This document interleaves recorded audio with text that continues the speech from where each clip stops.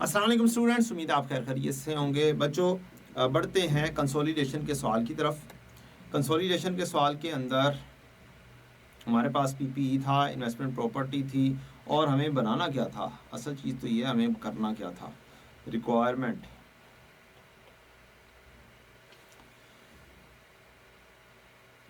हमारी है जी, consolidated statement of financial position for the year ended 30 June 23। अब हमने जो टी फॉर्म है उस तरीके से मैं पढ़ाता हूँ टी अकाउंट के ज़रिए, तो उसी तरीके से ही मैं डिस्कस करूँगा। प्रॉपर्टी प्लांट एंड इक्विपमेंट 10 और 4,000 ये हमने ले लेनी है एडजस्टमेंट अकाउंट में। और नहीं, ये हमने किधर ले लेना है, हाँ, स्टेटमेंट ऑफ फाइनेंशियल पोजीशन बनानी है। 10,000 4,000 आ गया पीपीई के अंदर। देन आपका आ गया इन्वेस्टमेंट प्रॉपर्टी 440 290, आप ये भी लिख देंगे 440 290 स्टेटमेंट ऑफ फाइनेंशियल पोजीशन में। देन आपका आ जाता है इंटेंजिबल एसेट 300 सब्सिडी के, फिर इन्वेस्टमेंट इन नैरोबी, चले 300 इंटेंजिबल आ गई, 0 + 300 हम कह सकते हैं, 0 + 300। देन आ जाती है जनाब इन्वेस्टमेंट इन नैरोबी लिमिटेड। हम देख लेते हैं, नैरोबी लिमिटेड हमारी एसोसिएट है और बीएल हमारी सब्सिडी है। तो एसोसिएटेड के अंदर ले जाएंगे इन्वेस्टमेंट इन नैरोबी 690, इन्वेस्टमेंट इन नैरोबी, इन्वेस्टमेंट इन एसोसिएट्स, ये 690 आ गई हमारी इन्वेस्टमेंट इन एसोसिएट्स। देन आ जाती है बात हमारी 2600 बर्लिन लिमिटेड, ये हमारी एडजस्टमेंट अकाउंट में आ गई। 2600 एडजस्टमेंट अकाउंट में नहीं, मजीद एडजस्टमेंट्स आनी है, तो ये 2600 अनएडजस्टेड बैलेंस आ गया from the statement of financial position. Inventories 1490 780, 1490 780।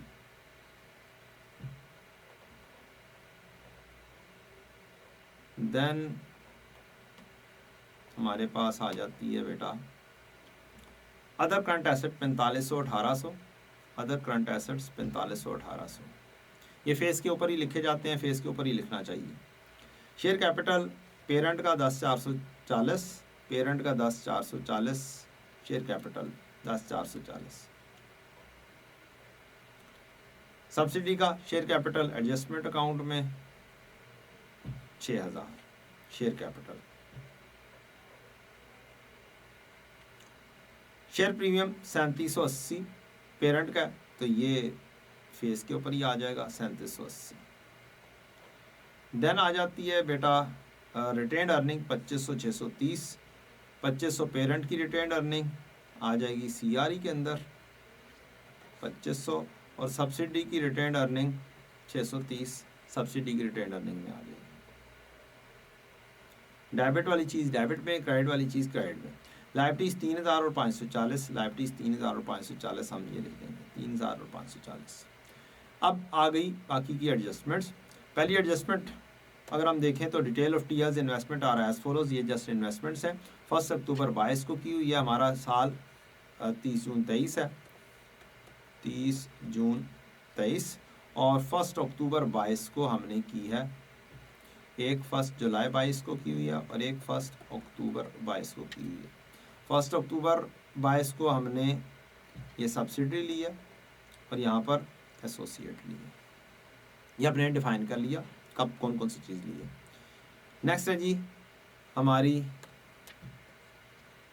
Adjustment, subsidy और एसोसिएट ले लिया। शेयर कैपिटल इसका कितना कितना था, शेयर कैपिटल ऊपर से भी पता चल रहा है, शेयर कैपिटल ये है। Retained earning eight the time of investment 1650 थी। Pre acquisition retained earning negative में लिखा हुआ है, इसका मतलब है ये रिटेन्ड अर्निंग में लॉस है। नॉर्मली हम क्या करते हैं, रिटेन्ड अर्निंग यहाँ से निकालते हैं कि ये 630 थी, यहाँ से निकालते हैं, यहाँ पर लिखते हैं और यहाँ पर ले आते हैं। अब क्या है, ये लॉस है पुराना, तो इसके उलट हो जाएगा।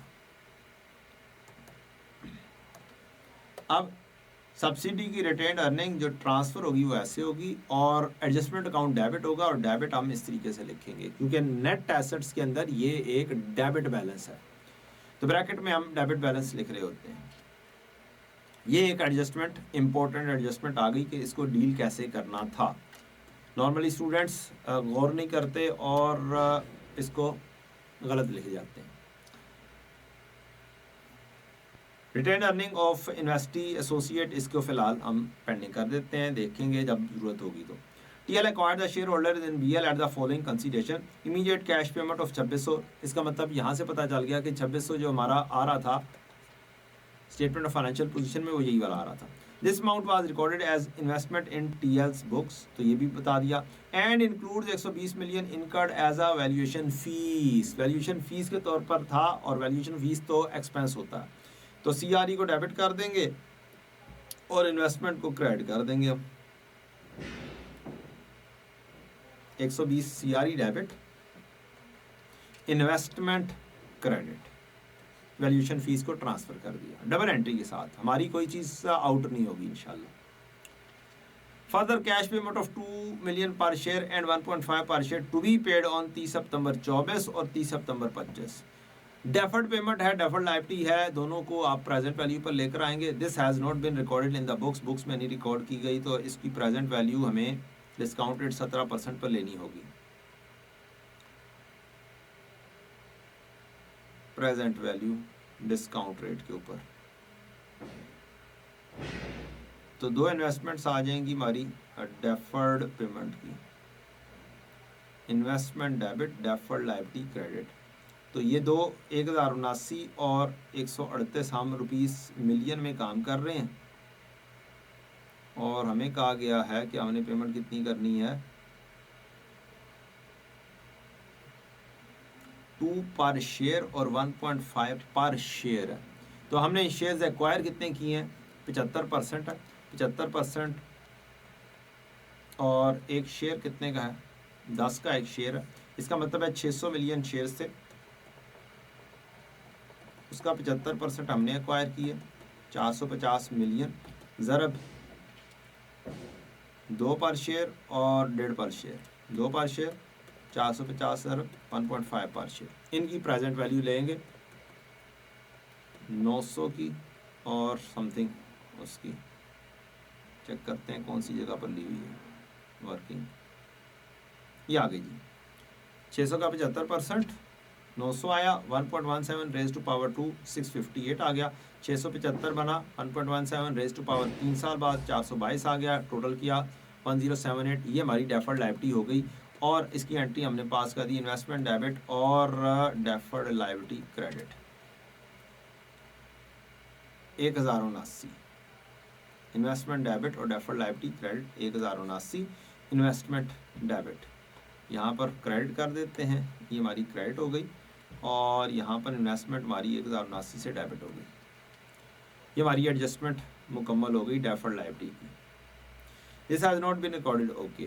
Eight the date of acquisition carrying value of BL's net asset were equal to their fair value with the following exception, brand an intangible asset had a carrying value of 160 million and a fair value of 256 million. तो इसको हमने नहीं लिखा, जिसकी carrying amount 160 थी, 256 के ऊपर लेकर जाना है। Remaining life of the brand on acquisition date is 4 years। Recoverable amount of the brand as on 30 June 23 was 178 million. तो पहले तो इसको लेकर जाएं और देखें कि ब्रांड बनता कितने में है, और उसके बाद इसकी रिकवरेबल वैल्यू के ऊपर देखेंगे क्या करना है। तो 160 से 256 के ऊपर लेकर जाएंगे आप, तो ब्रांड, ये ब्रांड की फेयर वैल्यू एडजस्टमेंट आ गई 96 की, ब्रांड डेबिट और एडजस्टमेंट अकाउंट क्रेडिट 96 के साथ।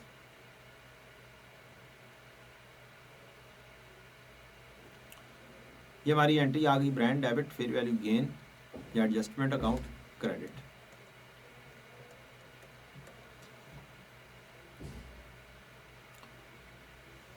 उसके बाद अमोर्टाइजेशन इसकी करेंगे 96 डिवाइड बाई 4 इंटू 9/12, क्योंकि हमारे 9 मंथ्स बनते हैं, मिड ऑफ द ईयर में हमने एक्वायर किया है। अमोर्टाइजेशन डेबिट और ब्रांड क्रेडिट 18 के साथ ये हो जाएगी। तो SRE डेबिट 18 और ब्रांड क्रेडिट 18 SRE डेबिट, ये आ गई 18 डेबिट, और ब्रांड क्रेडिट, ये डेबिट में क्रेडिट लेस होता है, ये आ गया हमारा 18। नेक्स्ट हम आए और हमने क्या किया, हमने कहा कि ईयर एंड के ऊपर देखते हैं कैरिंग अमाउंट क्या बनती है। तो 256 था, 256 में से उसकी कैरिंग अमाउंट मज़ीद आगे 256 तकसीम 4 ज़रब 9/12, ये उसकी टोटल अमाउंटाइजेशन हो जाएगी और 208 पर आ गया। और रिकवरेबल अमाउंट गिवन है 130, 30 की फिर क्या बन जाएगी, इम्पेयरमेंट लॉस बन जाएगा। इम्पेयरमेंट लॉस डेबिट और ब्रांड क्रेडिट हो जाएगा, उसका इम्पेयरमेंट लॉस बुक हो गया 30 का। तो इम्पेयरमेंट लॉस डेबिट और एक्यूमुलेटेड इम्पेयरमेंट लॉस या फिर ब्रांड क्रेडिट, तो ये आपकी आ गई इम्पेयरमेंट की एंट्री, इम्पेयरमेंट डेबिट और ब्रांड क्रेडिट। ब्रांड क्रेडिट हो गया, ब्रांड भी लेस हो गया। तो यूँ हमारी बात आ जाती है। अब यहाँ पर सवाल ये पैदा होता है कि जी मैंने 256 क्यों लिया है और कैरिंग अमाउंट इस तरीके से क्यों कैलकुलेट की है। तो बेटा बात ये है कि ये जो एसेट था 256 का हो गया हुआ था ब्रांड, और मुझे नहीं पता था कि उसने अमोर्टाइजेशन कितनी चार्ज की है इन ओरिजिनल। तो जब मैंने टोटल वैल्यू कर दूंगा, ये 96 एडअप करके 256 पर ले जाऊंगा, तो इसका मतलब है उसकी अमोर्टाइजेशन भी मैंने मज़ीद चार्ज कर दी। तो ये अल्टीमेटली 9 के हिसाब से ही 9/12 के हिसाब से ही 208 बन जाएगा, और डिफरेंस हम ले लेंगे तो 30 की इम्पेयरमेंट लॉस आ जाएगी। ये इसकी लॉजिक हो गई। नेक्स्ट एडजस्टमेंट बनती है investment property whose fair value exceeded the carrying value, exceeded the carrying value by 160। The property had a remaining life of 8 years. Both TL and BL subsequently merges investment property using cost model. Fair value of the investment property at the end is increased by 150 million. तो हमने इसको ignore करना है क्योंकि हम cost model पर चल रहे हैं। इस हिस्से को इग्नोर करेंगे फेयर वैल्यू को, और हम अमोर्टाइजेशन करेंगे over the remaining life of 160। तो 160 का asset debit, 160 investment property debit हो जाएगी, और fair value adjustment account credit हो जाएगा 160 से। इन्वेस्टमेंट प्रॉपर्टी हो गई डेबिट और फेयर वैल्यू एडजस्टमेंट हो गई एडजस्टमेंट अकाउंट क्रेडिट। उसके बाद हमें इसकी डेप्रिसिएशन, एडिशनल डेप्रिसिएशन करनी है 160 की।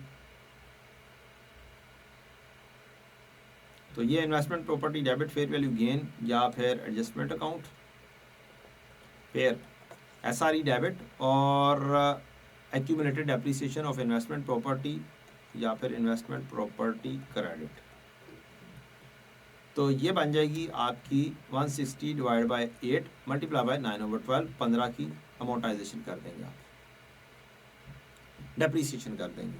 तो डेप्रिसिएशन डेबिट और investment property credit. Depreciation SRE को चार्ज हो जाएगी, SRE depreciation investment property debit, और इन्वेस्टमेंट प्रॉपर्टी क्रेडिट -15, ये आ गई।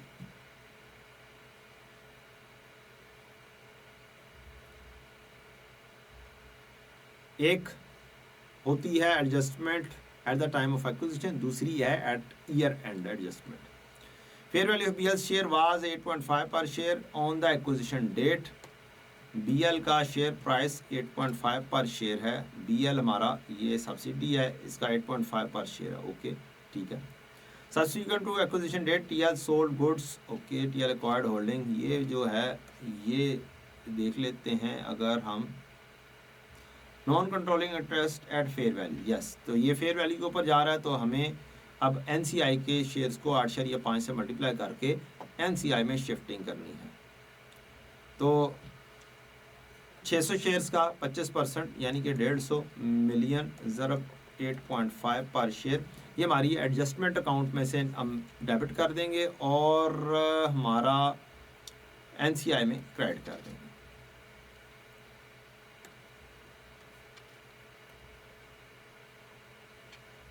ये हमारी हो गई एडजस्टमेंट। हर एडजस्टमेंट को उसकी नीड की तरह डील करना सीखें। Subsequent to acquisition date TL sold goods to BL, TL ने बीएल को सेल किया। Who is TL? TL parent है, बीएल सब्सिडरी है। मीन्स हम लिख सकते हैं P2S। सेल प्राइस 500 थी, generating a profit of 160 million, 160 million का प्रॉफिट था, तो हमें तो प्रॉफिट ही चाहिए होता है। 80% of these goods were sold by BL to its customer at a profit of 150 million, जितने का मर्जी प्रॉफिट रखे बिफोर 30 जून। बच कितनी गई हैं और अनरियलाइज प्रॉफिट कितना है? 160 का 20% स्टिल अनरियलाइज्ड है। तो हमें तो सीधा सीधा सा ये चाहिए था, unrealise profit.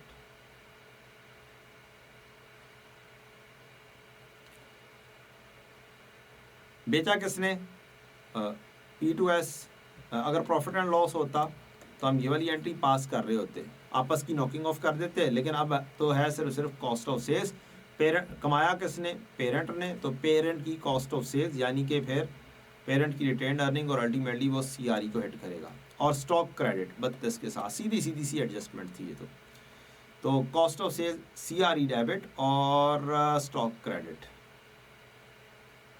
CRE debit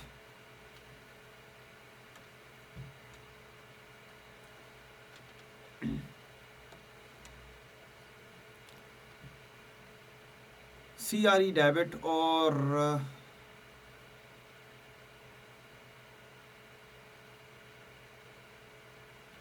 inventory credit 32 की। अच्छा, TL acquired the shareholding in Nairobi by transferring TL's land having a carrying value of 690 million and a fair value of 932 on that date. Okay. TL acquired the shareholding in Nairobi Limited कौन सा है जी?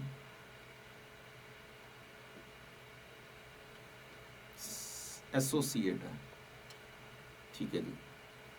Associate की जो acquisition है वो हमने की है, जिसकी कैरिंग वैल्यू 690 थी, 932 का हमने सेल किया और कैरिंग वैल्यू के ऊपर ही हमारा फिर एसेट लिखा गया हुआ है। The investment in NL was recorded at the carrying value of the land. तो अब आपने लैंड को असल में डिस्पोज ऑफ कर दिया हुआ है, लेकिन उसका गेन रिकॉर्ड नहीं किया हुआ। 932 माइनस 690 का गेन रिकॉर्ड नहीं किया हुआ। और इन्वेस्टमेंट डेबिट और क्या हो जाना चाहिए? गेन क्रेडिट हो जाना चाहिए। गेन पेरेंट का तस्वुर होगा। इन्वेस्टमेंट इन टीएल जनरल एंट्री ये बननी चाहिए थी 932, हमने 632 के साथ कर दी, 690 के साथ कर दी ये था। और गेन 242 का हमने रिकॉर्ड नहीं किया। ये 242 का गेन हमें रिकॉर्ड करना है, तो गेन क्रेडिट हो जाएगा सीआरई में। और इन्वेस्टमेंट इन एसोसिएट डेबिट हो जाएगी। इन्वेस्टमेंट इन एसोसिएट 242 ये आ गया जी। इन्वेस्टमेंट डेबिट और सीआरई क्रेडिट हो गया।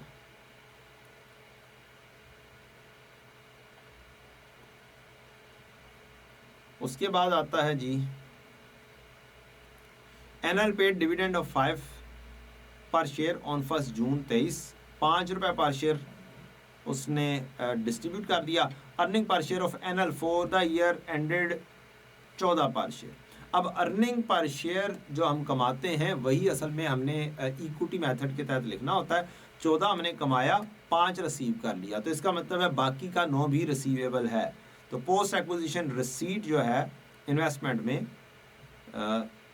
रिटेन्ड अर्निंग में जो आपने अर्निंग पर शेयर कमाई, अर्निंग पर शेयर उसमें से जो डिविडेंड रिसीव कर लिया बाकी का रिसीवेबल है। इसको 2-3 अंदाज से डील किया जा सकता है। इन्वेस्टमेंट अकाउंट को इस तरीके से भी बनाया जा सकता है इक्विटी मेथड के तहत। इन्वेस्टमेंट इन एसोसिएट एक बीडी हो गया या इन्वेस्टमेंट डेबिट कैश क्रेडिट हो गया। और एक एंट्री होती है हमारी रसीवेबल, इसको रसीवेबल सोचें, रिसीवेबल डेबिट और इनकम क्रेडिट, जितना कमाया वो लिख लिया, और फिर कैश डेबिट रसीवेबल क्रेडिट, जो डिविडेंड रिसीव किया वो लिख लिया। तो ये डिपेंड करता है कि आपने कैसे एंट्री पास करनी है। आप ऐसे भी पास कर सकते हैं कि जी आपने 14 रुपये पर शेयर कमाया, 5 रुपये पर शेयर रिसीव कर लिया, बाकी क्या क्या रिसीवेबल है। इस तरीके से करने में डबल मुश्किल हो जाती है। इन्वेस्टमेंट इन एसोसिएट डेबिट, रिसीवेबल डेबिट और इनकम क्रेडिट, फिर कैश डेबिट और रिसीवेबल क्रेडिट। तो नेट अल्टीमेटली ये असल में होनी ये चाहिए, लेकिन जो नॉर्मली करते हैं वो जो रिसीव करते हैं वो लिख लेते हैं इनकम के तौर पर पेरेंट। ये तो इक्विटी मेथड है।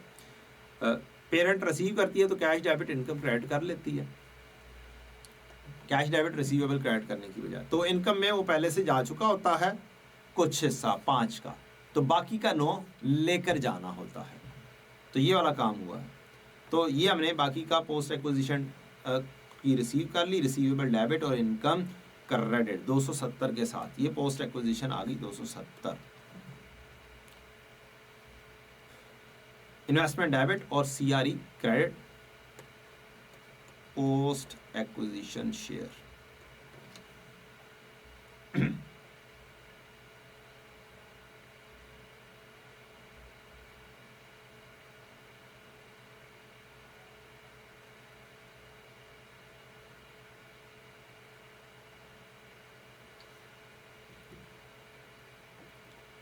अच्छा जी, तो सारी की सारी एडजस्टमेंट हो गई। कौन कौन सी रह गई? अर्निंग पर शेयर ये भी होगी, टीएल में ये नॉन कंट्रोलिंग ये भी होगी, ये भी होगी। एक चीज़ रह गई बस कि हमने यहाँ पे डेफर्ड लायबिलिटी की थी, डेफर्ड लायबिलिटी, और चूँकि टाइम लैग 2 साल का है तो इसके अंदर दरमियान में इंटरेस्ट छुपा हुआ है, तो हमें इंटरेस्ट की एंट्री पास करनी है जो कि अभी तक हमने पास नहीं की थी। ये इंटरेस्ट एक्सपेंस डेबिट और deferred liability credit, finance cost debit, और ये चूँकि पेरेंट ने करनी है, पेरेंट की रिटेन्ड अर्निंग को हिट होनी चाहिए है सीआरई को, यानी कि 138 डेबिट और डेफर्ड लायबिलिटी 138 के साथ क्रेडिट। तो 138 डेबिट डेफर्ड लायबिलिटी क्रेडिट, ये हमारी होगी सीआरई डेबिट 138 और डेफर्ड लायबिलिटी क्रेडिट 138। ले जी, ये सारी एडजस्टमेंट्स हो गई, टोटल करेंगे आंसर आ जाएगा। कोई एक भी एडजस्टमेंट ऐसी नहीं रहेगी जो अनहाइलाइटेड रह गई हो। यहाँ से आप बैलेंस निकाल लेंगे, जो बैलेंस आएगा उसको आप 75-25 रेशो में बांट देंगे। ये 1663 ये एसआरई डेबिट और सीआरई क्रेडिट, दूसरी हिस्सा 554 एसआरई डेबिट और NCI credit, post acquisition share, ये भी हो गया। और फिर गुडविल कैलकुलेट करेंगे, fair value of net asset आ गई है, डेबिट साइड में से क्रेडिट साइड लेस कर देंगे तो मेरे पास गुडविल आ जाएगी 228 की। ये गुडविल जाके लिखी जाएगी यहाँ पर, ये 228 की गुडविल लिखी गई। इन्वेस्टमेंट, और उसके बाद आता है कि आपने सारे अकाउंट्स को क्या करना है, क्लोज कर देना है। इन्वेस्टमेंट 3559 जो बनी थी ये हमने एडजस्टमेंट अकाउंट में ले गए और यहाँ से गुडविल निकाली 228 की। फिर सीआरई एसआरई ये भी हमने क्लोज कर दिया। फिर आपका काम आता है सीआरई को क्लोज करना 4385, ये हमने स्टेटमेंट ऑफ फाइनेंशियल पोजीशन में ला के लिख दी 4385। फिर हमने एनसीआई को क्लोज किया 1829, इसको भी जाके लिख दिया 1829।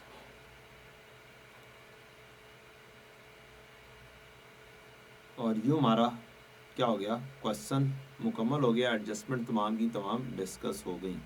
कोशिश ये किया करें एडजस्टमेंट ज़्यादा से ज़्यादा करें, बाकी काम डबल एंट्री के ज़रिए हो जाता है।